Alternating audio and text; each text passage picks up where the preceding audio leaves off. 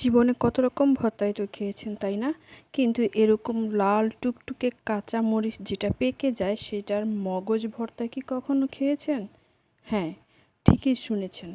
কাঁচা মরিচ পেকে যাওয়া এই মরিচগুলো দিয়ে এত চমৎকার একটা ভুনা হয় যা অসাধারণ টেস্ট। একবার খেলে অবশ্যই আমার নাম নেবেন। আর যারা খেয়েছেন তারা তো জানেনই, আর যারা খান নাই তারা যদি একবার খান এটা জাস্ট খেয়ে এটার প্রেমে পড়ে যাবেন, জাস্ট ফিদা হয়ে যাবেন। একবার ট্রাই করে দেখবেন, বিশেষ করে যারা ঝাল খাবার পছন্দ করেন, ঝালপ্রেমী যারা আছেন তাদের জন্য এটা একটা এক নাম্বার অসাধারণ এবং খুবই মুখরোচক সুস্বাদু খাবার। আর বিশেষ করে কখনো দেখা যায় জ্বর সর্দি কাশিতে মুখে রুচি নষ্ট হয়ে যায়, তখন ঠিক এভাবে পাকা পাকা কিছু মরিচ খুঁজে নেবেন।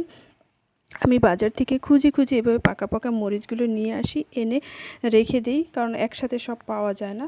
তো যখন অনেকগুলো জমে, যেহেতু আমি একা খাই, আমার জন্য হয়ে যায় যে আজকে আমি এতটুকু জমিয়েছিলাম, এতটুকু দিয়ে আজকে আপনাদের সঙ্গে রেসিপিটা শেয়ার করব। এই তো প্রথমে আমি মরিচগুলোকে ফালি করে নিয়ে ভিতর থেকে বীজগুলো ফেলে দেবো, কারণ বীজগুলো খুব বেশি ঝাল হবে। বীজগুলো আমি ভালো করে ধুয়ে পরিষ্কার করে পানিতে ফুটিয়ে বীজগুলো ফেলে দিয়েছি। এখন এই যে মরিচের যে চামড়াটা আছে, এই স্কিনটা আমি নিয়ে নিয়েছি পরিষ্কার করে। এটাকে জাস্ট আপনারা শিলপাটে বেটেও নিতে পারেন এবং ব্লেন্ডারে ব্লেন্ড করেও নিতে পারেন, যেভাবে সুবিধা হয় আপনাদের। তো আমি ব্লেন্ডারে ব্লেন্ড করে নিয়েছি, সেটা স্কিপ করে গেলাম। তো এখানে আমি আমার পরিমাণ মতো পেঁয়াজ দিয়ে দিয়েছি তেলে। পেঁয়াজ দিয়ে পেঁয়াজটাকে বেশিক্ষণ ভাজতে হবে না, কারণ পেঁয়াজটা গলে গেলেই ভালো লাগবে। তো আমি একটু হালকা জাস্ট কাঁচা ভাবটা চলে যাওয়া পর্যন্ত অপেক্ষা করব। কাঁচা ভাবটা যখন চলে যাবে তখন আমি পেঁয়াজের সঙ্গে আমরা জাস্ট যেভাবে মাছ ভুনা করি ঠিক সেভাবেই আমি সব ধরনের মশলাগুলো দিয়ে এটাকে আমি একটু কষিয়ে নেব। তো এই তো আমার পেঁয়াজটা মোটামুটি একটু কাঁচা ভাবটা এখন চলে গিয়েছে। এখন আমি এটার সাথে প্রথমে দিয়ে দিব বেটে রাখা আদা বাটা, রসুন বাটা দিয়ে আমি আরেকটু কষিয়ে নেব। কষিয়ে নিয়ে দেন আমি এখানে সামান্য পরিমাণ লবণ এবং যেই হলুদটা আছে, আমি হলুদটা একটু ইউজ করব জাস্ট কালারের জন্য। এখানে কিন্তু অবশ্যই খেয়াল রাখতে হবে এক্সট্রা আর শুকনা মরিচের ফাঁকি অ্যাড করার দরকার নেই, কারণ মরিচটা এমনিতেই ঝাল থাকে।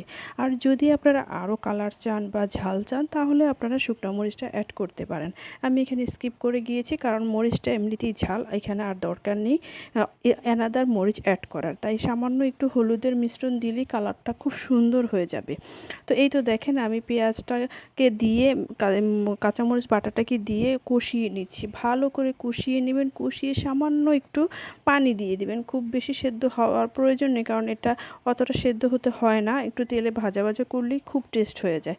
তারপরে আমি একটু সামান্য পানি দিয়ে মশলাটাকে কষিয়ে নিয়ে দেন এই যে তেলে যখন উঠে ভাজা ভাজা হয়ে যাবে, আমি জাস্ট তখন এটাকে নামিয়ে সার্ভ করে দেব। তো এই তো আমার ভুনাটা রেডি হয়ে গেছে। আপনারা চাইলে এটার সঙ্গে একটা ডিম অ্যাড করতে পারেন, ডিম ফেটিয়ে দিয়ে দিবেন। যদি খুব বেশি ঝালের পরিমাণটা হয়ে যায়, অনেক সময় মরিচের তারতম্যের কারণে ঝাল কম বেশি হতে পারে, কিছু মরিচের ঝাল বেশি থাকে, কিছু মরিচে কম থাকে। যদি বেশি থাকে একটা ডিম অ্যাড করে নেবেন। ব্যাস তৈরি হয়ে গেল কাঁচামরিচের লাল টুকটুকে কাঁচামরিচ ভুনা। কেমন হলো জানাবেন।